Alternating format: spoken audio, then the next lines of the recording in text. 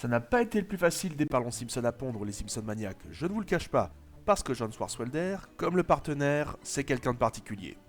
Et heureusement, il écrit des meilleures blagues que ça.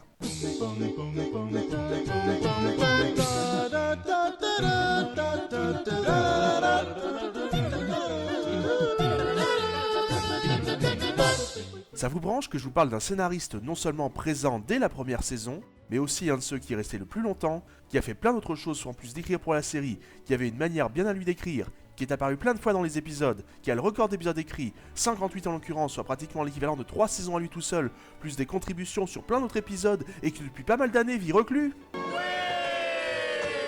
Bien. John Swartzwelder est né le 8 février 1949 dans la belle ville de Seattle, dans l'état de Washington. Attardons-nous sur sa longue scolarité qui... Faut pas charrier! Faut pas charrier! Oh, on peut jamais être sérieux ici.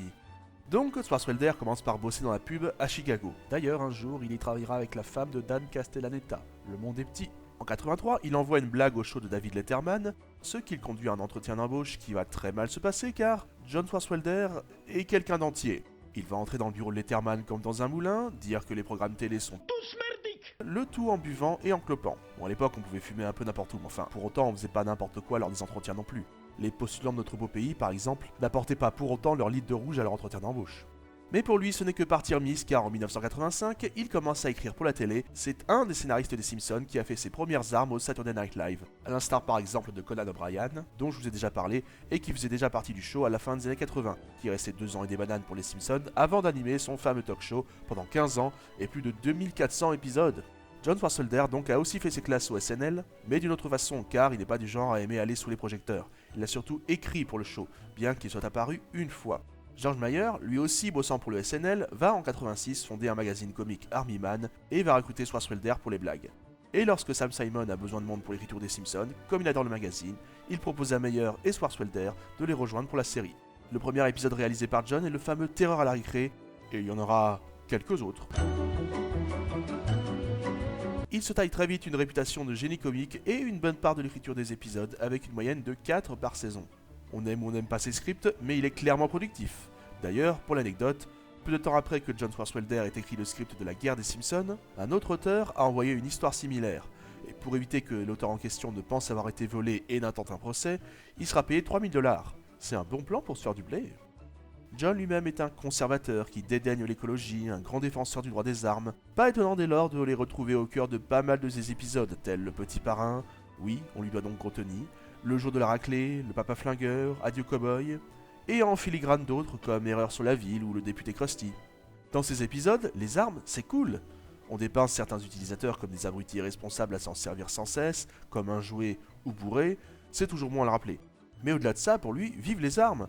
Souvenez-vous de la fin du Papa Flingueur. Marge refuse d'abord le revolver, mais au final... Ces scénars sont généralement assez loufoques. Rares sont les épisodes où vous pourrez dire à la fin « C'est drôle parce que c'est comme ça dans la vie ». Mais les messages sont souvent assez justes, et notamment la malhonnêteté, la crétinerie, l'abrutissement des masses, profiter du système plus ou moins cyniquement, et ben ça marche. Quelle légitimité a Krusty à être député? Il est célèbre, et il sait communiquer, bien aidé par une chaîne qui utilise de vieilles ficelles. Quelle légitimité Homer a-t-il à être le chef d'un groupe d'autodéfense? Il est fort en gueule et admet agir sans penser aux conséquences. C'est ce qui provoque un ralliement massif et immédiat de la population. Homer, le paresseux irresponsable à tout, l'homme intègre et travailleur, galère. Le jour de la raclée d'une imposture, mais ça justifiait une violence gratuite, alors personne ne va plus loin que ça, alors qu'il suffisait de lire 2 pages d'un livre pour le savoir. Pourquoi ne pas profiter un max des gens d'Hollywood puisqu'ils ont du pognon? Max Simpson et Papa Furax permettent aux gens de se moquer ouvertement de quelqu'un, évidemment tous en profitent. C'est le même genre de personne qui, dans Beau comme un camion, se passionne pour un duel de bouffe. Le véritable rêve américain, oui, le pays de tous les possibles si vous travaillez assez, tout ça. Mais dans sa représentation farfelue et désabusée de tous les travers du pays, John Swartzwelder touche juste. Dans les faits, le système est souvent injuste, repose aussi sur la chance, l'opportunisme et l'ignorance des masses. Bref, le bonhomme est génial, il a écrit une foule d'épisodes fabuleux, et à mon sens, il n'a quasiment aucun échec, bien que son travail soit parfois sous-estimé, chez les No-Homers notamment. Après, il n'a pas bossé que sur les Simpsons à l'époque, notamment en créant et en produisant en 96 le pilote d'une série pour parodier le western. Tiens, un genre où il y a du flingue à tout va. Piston Pete, qui ne sera pas retenu par la Fox. Il n'atteindra pas la case diffusion, mais il est disponible sur YouTube. Durant des années, John écrivait surtout dans un diner tout en clopant et en buvant des litres de café, jusqu'à ce qu'arrivent les lois anti-tabac dans les lieux publics. Du coup, le mec a recréé le décor chez lui, parce que pourquoi pas. Quand en 1994 n'a plus pu fumer dans la salle des auteurs de la série, il s'est vu accorder une dispense pour ne pas avoir à assister aux réécritures. Néanmoins, selon le staff, son boulot est tellement bon à la base que c'est un des scénaristes qui nécessite le moins qu'on repasse derrière lui. Depuis pas mal d'années, il vit donc en reclus. Peu de photos, aucune officielle, vous imaginez comme c'est pratique d'illustrer cette chronique, quasiment aucune apparition publique, et pour ceux qui ont connu l'attente de la sortie des DVD, sur le forum Cartoonist à l'époque, en voyant John Swartzwelder aux commentaires audio du Papa Flingueur, on était pas mal à être très curieux à l'idée de l'entendre. Mais voilà, en réalité, il s'agissait simplement d'un coup de fil à l'auteur, sans que ce dernier ne soit prévenu. Le bon vieux John était en train de se faire cuire un steak et il n'avait aucune intention de faire durer la conversation. C'est déjà bien que son nom ait pu apparaître dans le DVD en tant que participant. En toute honnêteté, je ne sais pas s'il a donné son accord ou si on l'a fait sans le consulter, ce qui pourrait être dangereux aux USA où les procès sont légion. Le fait est que sa discrétion sera à l'origine de théories de fans sur internet, comme quoi il n'existerait pas et que ça serait un pseudonyme pour un épisode écrit par un grand nombre de scénaristes ou pour un auteur souhaitant rester anonyme. C'est vrai qu'à première vue, ça semble être une explication idéale pour le si grand nombre d'épisodes écrits. Une autre théorie existe, comme quoi le personnage de Ron Swanson dans la série Parks and Recreation serait inspiré par lui, même si le producteur de la série en question l'a nié, physiquement et question caractère, ça aurait assez collé. Mais non, c'est a priori plutôt Herman qui serait une caricature du bonhomme. Et puis surtout, si vous êtes un habitué de la série, inversement proportionnel à ses apparitions réelles, vous y avez vu des références sur lui très souvent, plus sans doute que vous ne le croyez. Et pour vous le démontrer, je vous ai fait un petit montage des apparitions et des références à John Swartzwelder dans la série, le tout avec un fond musical très solennel, très éthéré et aux paroles très pures. Ouh, ouh, ha, ha, ching chang, voilà la bing bang. Ouh, ha, ha, voilà bing bang, ding dong do. Miam, miam, miam, miam, miam, miam, miam, miam, miam, miam, miam, miam, miam, miam, miam. Oh, wimbo, way, oh, wimbo, way, oh, wimbo, way, oh, wimbo, way. Pipidou, pidou, pipidou, toutou, boudou. La saison 15 sera la dernière pour John, avec l'épisode Homer rentre dans l'arène. Après cette saison, il n'a plus participé à la série. Cela dit, à cette époque, c'était le taf sur le film qui commençait. Et là, il a apporté sa pierre à l'édifice. Comment aurait-il pu en être autrement ? C'est à cette époque qu'il a commencé à écrire des bouquins, toujours sous le signe de l'humour, avec comme personnage fétiche le détective un peu lent Frank Burley. Mais non, pas lui. Certains lecteurs feront le parallèle avec Wiggum. Ce qui est sûr, c'est qu'avec une régularité de métronome, il sortira un livre par an par la suite.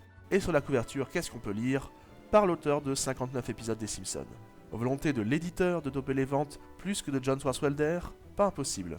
Ce qui est sûr, c'est que John Swartzwelder n'est vraiment pas quelqu'un de conventionnel. Mais c'est ce côté hors norme qui nous a amené tellement de bons moments à nous fans. Si on ajoute sa rareté publique, on comprend qu'il devienne une curiosité. Pour tout vous dire, personnellement, je serais presque autant désireux de l'entendre que d'entendre un de mes auteurs favoris, Bill Watterson. Il semble assez improbable que John Swartzwelder fasse jamais une apparition publique, mais je suis prêt à parier que bon nombre de gens donneraient tout pour avoir le secret de son humour. Voilà les loulous, j'espère que vous avez apprécié. La saison 1 de Parlons Simpson touche bientôt à sa fin, mais pas de malaise, il nous reste encore un peu d'épisodes. À dans 10 jours donc.